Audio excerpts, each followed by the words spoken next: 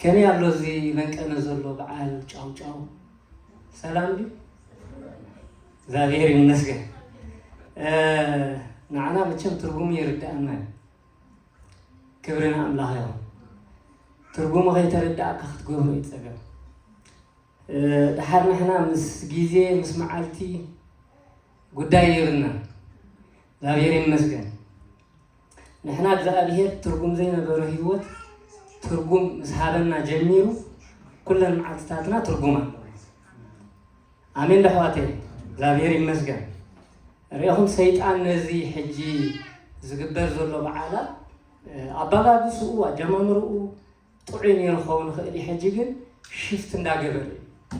ملكوعن دا قير ترجمون دا قير زابير النسجة قد مثلا استعملت يخونا بزي كالغاري تياتر سنتر زبهال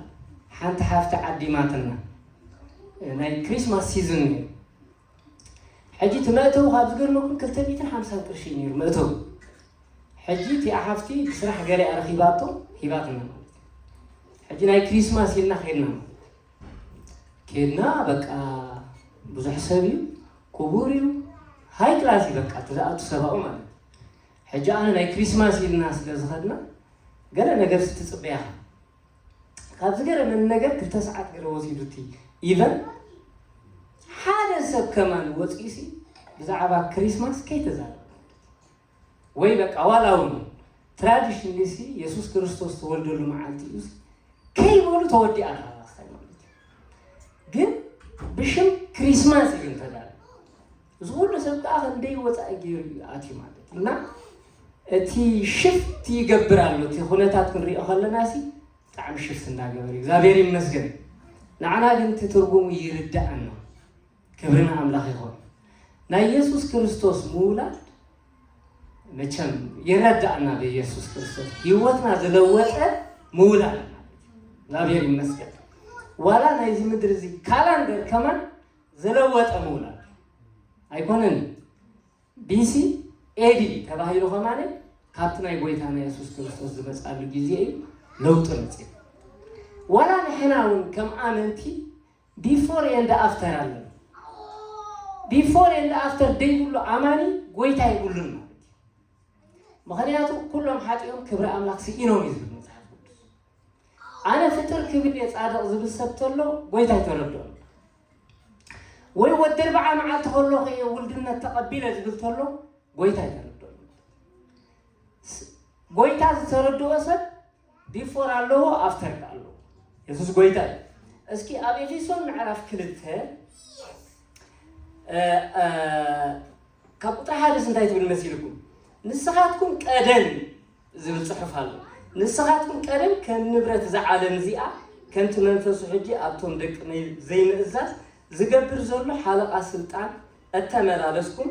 ببدلكم بأبساهم موتات زنبركم نأخاتكم هياوان قبركم رياهم نأخاتكم قدم اجي نهانا قدم لنا من الباش لومي زريء النسب نعي او خصو دافولتو እንዴ ምሳይ ነይሩ ከምዚ ነይሩ ይሉ ናይ ቀደም ታሪኽ ከልዕል ይኽእል ሕጂ ግን ኣነ ኣው ይኮንኩም ዘሎ ሕጂ ግን ይሉሽ ዛብየር ይመስገን ቀደም ይሉ ነይሩ ሕጂ ግን ይሉ ንሕና ኩላህና ኸኣ ነቲ ናይ ስጋን ናይ ሓሳባትን ድሌት እና ገበርና ቀደም ብትምኒት ስጋና መሳታቶም ንነብር ነበርና ከምቶ ካልኦቱን ብባህሪና ደቂቅ ወጣዓ ነበርና እግዚአብሔር ይመስገን ነርና አይና حجه አይኮን ቀደም እግዚአብሔር ዝቁጥዖ ባህሪ ነርና ምውታቲና ኻአለና ህያዋን አይኮንና ነርና በዛዕባ ህይወት ክንሐስብ ከለና እግዚአብሔር ህይወት ዝብሎ ናቱ ህይወት ካለ ህይወት አይብሎ በራሲ ቴምፖራሪ ጠፋይ እግዚአብሔር ህይወት አይብሎ ነዚ ነቶም አቦይታ ዘለው እንዳኸዱ ኸሉ ካራባታ ገይሮም እንዳተንቀሳቀሱ ኸሉ ግን መጽሐፍ ቅዱስ ምውታት ይዙ That's why እንታይ ዝለና ዘሎ ቀደም ንሕናሲ ምውታት ነበርና እግዚአብሔር ይመስገን ናይ ክርስቶስ ህይወት ምስተቀበልና ኢና ህያዋን ኮይና እግዚአብሔር ህይወት ዘለዎም ዝብለና መጽሐፍ ክዛረብ ከሎ አምላክናሲ አምላክ ህያዋን እንበር አምላክ ምውታት አይኮነን ይላል ስለዚህ እግዚአብሔር ህይወት ናቱ ዘለዎ ሰብ ህይወት አለው ሃሌሉያ ካለ ዘንድ ህይወት ይሁን እንቃሳቀስ ይሰጥ እግዚአብሔር ይመስገን እዚ ህይወት እዚ ድማ ዘለዓለማዊ ህይወት ታይ ማለት እዩ ናይ ጊዜ ጉዳይ ጥራይ አይኮን ዘለዓለማዊ ህይወት ማለት ናይ እግዚአብሔር ህይወት ማለት እዩ እግዚአብሔር ይመስገን ኢየሱስ ጎይታ እዩ አሜን ዳህዋቴ በዚ ባክብለና አለዎ እዚ ህይወት እዚ ዘምጻአልና ጎይታ አብዛ ምድሪ ንዓና መሲሉ በመመለላሱ በመሟቱ በለትንስኡ እዩ እዚ ህይወት እዚ አባና ነጥማ ስለዚህ ዋጋ ዝተከፈሎ ህይወት እዩ እግዚአብሔር ይመስገን ስለዚህ እዚ ናይ ኢየሱስ ክርስቶስ ሙላት ንዓና ኩሉ ጊዜ ትርጉም አለው ኩሉ ጊዜ ካፍታ ጎይታ ዝተቀበልናላ ከሳ ናብ ጎይታ ነው አሜን ዳህዋቴ ስለዚህ ተስፋ ዘለና ሰባት ኢና ነሕና ከምቶም ካልኦት አይኮንና ማለት ጻፍ ቅዱስ አፍታና የተሰሎንቄ ዘላ እንታይ አትብል በዘን ቃላት እዚአን ተጻናና ንዓና ተጻናና ዓና ካናዳ ይኮነን ጎንስ ንዓይ ተጻናና ዓንስ ከጎን ጎይታ እዩ ኢየሱስ ጎይታ እዩ ንምንታይ ተስፋ ስለዘለን ማለት ከምቶም ተስፋ ዘለው ዘይብሎም ሰባት አይኮንና ነሕና ተስፋ ኣለና አሜን ዳህዋቴ ንጽበዮ ኣለና ክብርና አምላክ ነው ስለዚህ በዚ ትርጉም እዚ ክንሕዞ ኣለና ማለት እዩ እግዚአብሔር ይመስገን ሕፀር ከበላ ያበሉ ኢየሱስ ክርስቶስ ካብቲ ናብዚ ምድሪ እዚ ዘምጾ ሪዝንስ ገለገለ ክርኢና ማለት እዩ እግዚአብሔር ይመስገን ኢየሱስ ጎይታ ይመቸም ኢየሱስ ክርስቶስ ናብዚ ምድሪ እዚ ክመጽእ ከሎ ሪዝን እግዚአብሔር ይመስገን ፊልም ክስራሐሉ ይኮነ ዝንሪኦ ዘለና ምብልጭላጫት ክግበር ኢሉ እውን አይኮነ እግዚአብሔር ይመስገን እቲ ሪዝን ንዓና ንዝጠፍኡ ከድሕነና እዩ መጽ ቀደም ንሕና ካብ አምላክ ርሑቃት ኢና ነርና ጡፋአት ኢና ነርና እግዚአብሔር ይመስገን ጎይታ ግን በምሕረቱ ጸዊዕና ኢየሱስ ጎይታ አሜን ዳህዋቴ እዚ ዘለና ሰባት ኢና ነሕና በሻኪን አይኮና እንደንግጽ አይኮና ሰቤተ ወይ ክርስቶስ ከደንግጸካ ገለት ደኑ አማኒ አይደንግጽም አይባል ነው ኢየሱስ ጎይታ ዘለዎ ሰብ አይደንግጽም ኢየሱስ ጎይታ ክብርን አምላክ ነው ዘደንግጽ ጎይታ ዘይሉ ገንዘብ ዘለዎ ጎይታ ዘይሉ ሀብት ዘለዎ ጎይታ ዘይሉ እሱ ይዘደንግጽ አሜን ዳህዋቴ ስለዚህ እዚ ክቡር እዚ ነገር እዚ አኽቢርና ክንሕዞ ጎይታ ይደልየና አሜን ነው ንዝኸበረ ነገር መቸም ኣብ ክቡር ቦታ ያኸጠቆም ዴታትና ወርቅ ገለ ምንታይ እንተቆምጦ ዛዕድ እኳ ባንክ ገለ ኸድካ ያኸጠቆምጦ ታዝኸበረት ነገር ኣብ ያኸጠቆምጣ ኣብ ሩሑቅ ቦታ ምክንያቱስ ክብርቲ ስለ ዝኾነት ማለት እዩ ስለዚ ዝኸበረ ነገር ኢና ሒዝና ዘለና እግዚአብሔር ይመስገን እዚ ዝኸበረ ነገር እዚ ግን ከነኽብሮ ይግባአና እዩ ክብርና አምላክ አሜን ዳህዋቴ ክብርና አምላክ ነው ኦኬ ኣብ ዮሐንስ ወንጌል ምዕራፍ 6 ቁጥር 38 one of the reason ኢየሱስ ሪዝኑ ገለገለ ጥቅስታት ከነ ንብልና ማለት እዩ ወንጌል ዮሐንስ ምዕራፍ 6 ቁጥር 38 እግዚአብሔር ይመስገን ኢየሱስ ጎይታ እዩ ቁጥር 38 እንታይ ይመስልኩም አነ ፍቃድ እቲ ዝለኣኸን እምበር ፍቃደይ ምእንቲ ክገብር አይኮንኩም ካብ ሰማይ ወሪደ ዘለኹ ኢሉ ጎይታ እግዚአብሔር ይመስገን ቁጥር ምዕራፍ 6 ቁጥር 38 ከደግማ አነ ፍቃድ እቲ ዝለኣኸን እምበር ፍቃደይ ምእንቲ ክገብር አይኮንኩም ካብ ሰማይ ወሪደ ዘለኹ ኢየሱስ ጎይታ ኢየሱስ ክርስቶስ ናብዚ ምድሪ እዚ ምስ መጸ እቲ ዘምጽኦ ሪዝን ሚት ኻሚት ይፈጽሙ ኸይ እሱ ከዓ እንታይ እዩ ፍቃድ አቦይ ክገብር ኢለ እምበር ፍቃደይ ክገብር አይኮንኩም መጽ እግዚአብሔር ይመስገን ኢየሱስ ጎይታ ፍቃድና አባና እዩ ዘሎ እግዚአብሔር ፍቃድና ብዝሃብናዮ መጠን ህይወትና ሓሊፉ ካልኦት ዘድሕን ህይወትና ጣዕሚ ዝህልዎ ንበረኸት ንኸውን ፍቃድና አባና እዩ ዘሎ ኣሕዋት እግዚአብሔር ይመስገን ብቸም ፍቃድካ መሃብ ከቢድ ነገር ግን ንእግዚአብሔር ፍቃዱ ዝሃበ ሰብ እግዚአብሔር ብኣው ሓሊፉ ትውልድ የድሕን ኣሕዋት ምክንያቱ ኢየሱስ ክርስቶስ ፍቃድ አምላክ ክገብር ይመጽእ ፍቃድ አምላክ ገይሩ ከዓ ንመንፈሪ ንዓይ ንዓኻትኩ መንፈሪ እግዚአብሔር ይመስገን ስለዚህ ንሕና እውን ኣብዚ ምድሪ እዚ ክንመላለስ ከለና ፍቃድና ንጎይታ እንዳሃብናዮ ብዝመፃና መጠን እግዚአብሔር ብህይወትና ሓሊፉ ድማ ንካልኦት እንዳድሓነ ይመጽእ ማለት እግዚአብሔር ይመስገን አሜን ዳህዋቴ እግዚአብሔር ይመስገን እግዚአብሔር ድማ ፍቃድና ክንህቦ ይጽበየና እዩ አሜን ባሪ አምላክ ማለት ንፍቃድ አምላክ ፍቃዱ ዝገበረ ሰብ ሃሌሉያ አሜን بك أنا باري أملاك يخبط تخوينه فقال أملاك فقادي مسكوني باري زخون تزي وانا باري ياخذ تخوينه جن ناي باري أنا جراي كم باري أخوينه جن نقولها يجزوني مالتي زابير المسكين سلازي كم تقولي أنا يسوع كريستوس فقاد أبو اسمي رزقه نحنا لما فقاد قويت عند جبرنا بزخرنا متأن إيه وثنا نخالقه نبرخه زخون آمين دعواتي لذي فقاد أملاك كان جبر على نعم لدي كان عيد ما يسوع كريستوس نابز مدير زخمة سخولة دما حتى عن كدحني مسكين يسوع قويتا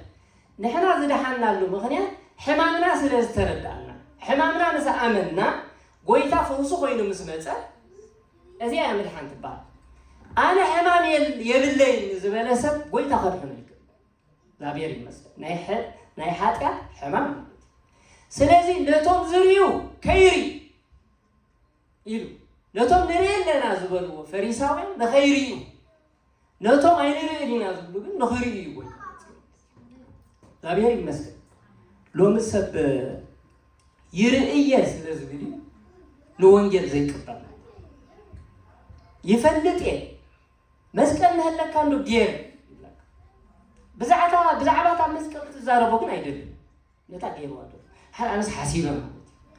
اوكي سلازي يسوع كريستوس كسقل كله حدا بزي تسقيلوا بتفكر تاغيروا وازلو مسك ناي غويتا تخوينا ناي غويتا دمص سمع خلو دسي وينايز تخوينا جن سمعك كايدل بقى بخام أترجم يا شيخنا يسوع قويدا سلسل يرئي سلسل بلا يفوت عندي كم يجير كان عيد نجرين نزبلا قويدا ولا حنت خبرت لا بيها المسك أنا لا يديني إذا فوسز نزبلا جن قويدا يركلي مالتي زابيها المسك سلسل قويدا كابتن أبز مدرس زمس أو مشين حنت زعابية حتى زبها المرزي أبسبات سلزاته بس حاف قدس هفتان يرومين تأتبل عصبحات موت عصبحات موت سكبلو بقى نزيا خجبر زخل سبدما عيتاخر يسوع كريستوس من سب كوي كابدنجل مريم تولي نحنا خنجبرو زغبانا نجر كله غير حاتياتنا تشكيم دم أفسيس مويتو تقابيرو نستنسأ زجيت ما هيبن تخفيته زابير المسجد سلسة حمامنا نسفلتنا أينا فوسنا رخينا زابير المسجد يسوع قويتا سلسة قدامي تيميتيوس معرف حدا قطع 10 تحمشتا خمزة بالتقصي ننبب قدامي تيميتيوس معرف حدا قطع 10 تحمشتا معرف حدا قطع 10 تحمشتا اوكي خمسة يبل كريستوس يسوس يبل باولوس العباد الصغار كله كريستوس يسوس نتوم أنا زقدام يوم حتى أن كدحن كم زمت زقال زي أموني مقبلون بخلو كبول كريستوس يسوس نتوم أنا زقدام يوم حتى كدحن كم زمت سيد باولوس هو بزح زمك إحنا قلنا بممكح تقولين فريساوي بحكي مهوري زقولنا نجارسية كلهم بتني أملاك ملكي عفت جزية الزنبرة أولوس قل نعاي أنا زقدام يوم حد قويت على الحمد زابير يسوع قويت كان دم قويت على يسوع كريستوس دم عادز سأل عالم برهان كوين زابير يمزون متشم زعبات سلماتهم برهان كنزار كنا بزعبات زخم زي مقالنا متشم نستوعب عليها زابير يمسكن سب عالسلمات رايدي يكون سب سلمات يخمن كسبت قويت هذا متسمعلت سلازم تايلو أب يوحنس ونجيل معرف 10 تفلت قطر 4 شدشن أتبع إذا أمن زبالة أب سلمات من أنت كينة أنا برهان كوينة ناب عالم مسيح الله زابير يمسكن زبروخ أملاخ أب لبنا أفتد سلمتها لبنا برهان بسبب هذا هيوته يمنع زابير يمسكن يسوع قويت عليه سلازي قويت عليه يسوع كريستوس كافتن دبس أو خالي مش عندما عزز سلمتها عالم برهان كوينة مسيح نعرف برهان أبرهنا زي كونس سقط كمان برهان عالمي هم كمان እግዚአብሔር ይመስገን ንሕና እውን ሕጂ እንታይ ኣለና ሚሽን ኣለና ማለት ነቶም ኣብ ፀልማት ዘለዉ እዚ ብርሃንና ከነብሮ ሚሽን ኣለና ማለት እግዚአብሔር ይመስገን ካለ ድማ ንሓቂ ክምስክር ከም ዝመፀ ድማ ተዛሪብሎ ኣብ ዮሃንስ ወንጌል ምዕራፍ 18 ቁጥሪ 37 ዮሃንስ ወንጌል ምዕራፍ 18 ቁጥሪ 37 እግዚአብሔር ይመስገን ጲላጦስ ድማ እምበኣርሲ ንስኻ ንጉስ ኢኻ በሎ ኢየሱስ ከዓ ንጉስ ምዃነይሲ ንስኻ እኳ ትብል ኣለኻ ኣነ ንሓቂ ክምስክር ምእንቲ እዚ ተወለድኩ ምእንቲ እዚ እውን እየ ናብ ዓለም ዝመፅኣኹ እግዚአብሔር ይመስገን እስኪ ኢየሱስ ሓቂ ይበሉ ሃሌሉያ ንሕና እውን ሰብ ሓቂ ኢና ኣሕዋተይ ምስክርና ናይ ኢየሱስ ተኾይኑ ንሕና ኢና ሕጂ ሓደ ሰባት ኣብ ገዛና ክዓኪሖም ናይ የሆዋ መሰኻኸሪ የብልኻ ኢየሱስ ክርስቶስ ደቀ መዛሙርቱ ክልእኽ ከሎ መሰኻኸረይ ክትኮኑ ኢኹም ኢልዎ ናይ እግዚአብሔር ኣቦ ምስክር ክትኮኑ ኢኹም ኣይኮነን ኢልዎ ናተይ መሰኻኸር ክትኮኑ ኢኹም ኢልዎ ኢየሱስ ጎይታ እዩ ስለዚ ሓቀኛታት መሰኻኸር ንሕና ኢና ማለት እግዚአብሔር ይመስገን ናይ መን ምስክር ናይ ተሓቀኛ ዝኾነ ጎይታ መሰኻኸር ማለት ሕጂ ዝሓቀ ሒዝና ግን ሃይላሃውና እውን ይወፅኡ ገለ ኣሕዋት እውን ይወፅኡ ኣነ ጳውል ክስታይ ኮይኑ ኣለኹ ክንወፅእ ይግባአና እዩ ንምንታይ ተሓቂ ምሳና እዩ ዘሎ እግዚአብሔር ይመስገን ሓቂ ኣይሕፍረካን ሓቂ ኣይሕፍረካን እዩ ሓቂ እግዚአብሔር ይመስገን ስለዚ ኢየሱስ ክርስቶስ ንሓቂ ነዚኤ ተወሊደይ ክብርና ኣምላኽ ይሁን ካልእ ድማ ኣብ ቀዳማይ ዮሃንስ ምዕራፍ 3 ቁጥሪ 8 ድማ ወዲ ኣምላኽ ዝተገፀሲ ግብሪ ዲያብሎስ ከፍርስ እዩ እግዚአብሔር ይመስገን ሎሚ ድማ ግብሪ ዲያብሎስ እግዚአብሔር በአና ገይሩ እዩ ዘፍርስ እስከ ኣሜን በሉ በማሕበሩ ገይሩ እዩ ግብሪ ዲያብሎስ ሎሚ እግዚአብሔር ተፍርስ ክብርና ኣምላኽ ይኹን ሃሌሉያ ካልእ ድማ ኣብ ዮሃንስ ወንጌል ምዕራፍ 10 ቁጥሪ 10 ድማ ከምዚ ዝብል ቃል ነንብብ ወዮሃንስ ወንጌል ምዕራፍ 10 ቁጥሪ 10 ሃሌሉያ ሰራቅ ኢሉ ብጀካ ክሰርቅን ክሓድድን ከጥፍእን ኢሉ ኣይመፅእን እዩ ኣነ ግና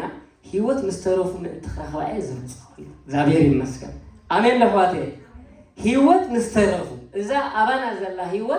ህይወት ኮይና ጥራይ ደይኮነሲ ትግለፅ ህይወት እያ ምስተረፉ ትባዛሕ ህይወት እያ እግዚአብሔር ይመስገን ትፈሪ ህይወት እያ ወላሂ ማለት እዩ እግዚአብሔር ይመስገን ካልእ ድማ ኣብ ዮሃንስ ወንጌል ምዕራፍ 12 ቁጥሪ 24 ድማ ሓንቲ ጥቕሲ ነንብብ እግዚአብሔር ይመስገን ዮሃንስ ወንጌል ምዕራፍ 12 ቁጥሪ 24 ኢየሱስ ክርስቶስ ብዛዕባ ርእሱ ክዛረብ ከሎ ፍረ ስርናይ እዩ ናብ ምድሪ እንተዘይወደቐትን ዘይመተትን በይና እያ ትነብር እንተ መተት ግና ብዙሕ ፍረ ከም እትፈሪ ብሓቂ እብለኩም ኣለኹ እግዚአብሔር ይመስገን ጎይታ እንታይ ይብል ኣሎ ፍረ ስርናይ እንተ ዘይወደቐትን እንተ ዘይመተትን ንበይና እያ ትነብር ጎይታና ኢየሱስ ክርስቶስ ብምማቱ ግን ንመን ፈሪ ንዓና ፈሪ ማለት እዩ እግዚአብሔር ይመስገን ኣሜን ለሕዋቴ እግዚአብሔር ይመስገን ካልእ ድማ ንዝጠፍአ ክረክብን ከድሕንን ከም ዝመፀ ድማ ኣብ ሉቃስ ምዕራፍ 19 ቁጥሪ 5 ንንብብ ማለት እዩ ብዛዕባ ዘኪዮስ እግዚአብሔር ይመስገን ኣሜን ለሕዋቴ ሃሌሉያ ብዛዕባ ኣብ ሉቃስ ወንጌል ምዕራፍ 19 ክዛረብ ከሎ ብዛዕባ ዘኪዮስ ኢየሱስ ኣብ ያሪኮ ኣትዩ በኣ ሓለፈ እነሆ ዘኪዮስ ዝስሙ ሰብኣይ ነበረ ንሱ ሓለቓ ተገውቲ እዩ ሃብታሙን እዩ ንኢየሱስ ከዓ ኣየናይ ምዃኑ ክሪኦ ይደሊ ነበረ ቁመቱ ሓፂር ስለ ዝነበረ ከዓ ካብ ብዝሕቲ ህዝቢ ተላዓለ ምኽኣል ሰኣነ ምሕላፉ በኣ ነበረ እሞ ቅድሚት ጎዩ ክሪኦ ናብ ሳግላ ሓኾረ ኢየሱስ ድማ ኣብታ ቦታ ምስ በፅሐ ኣንቃዓሪሩ ቅድሚት ወስ ዘኪዮስ ሎሚ ኣብ ቤትካ ክውዕል ይግባኣኒ እዩ እሞ ቀልጢፍካ ውረድ በሎ ቀልጢፉ ወረደ ተሓጒሱ እውን ተቐበሎ እዚ ምስ ረኣየ ድማ ኣብ ቤት ሓጥእ ሰብኣይ ክውዕል ኣተወ ኢሎም ኩላቶም ዓዘምዘሙ ዘኪዮስ ከዓ ተንሲኡ ንጎይታ እንሆ ፈረቓ ጥሪተይ ንድኻታት እህብ ገለ ዝዓመፅክዎ እንተለዉ 4 ዕፅፊ እፈዲ በለ ኢየሱስ ድማ ወዲ ሰብ ኢሉ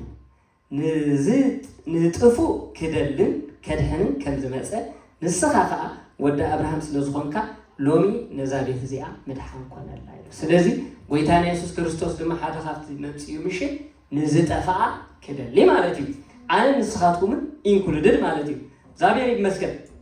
هي مጨረሻ دما اب ماتيوس معراف 5 قطر 10 شعات دما حاله تقسنا نبر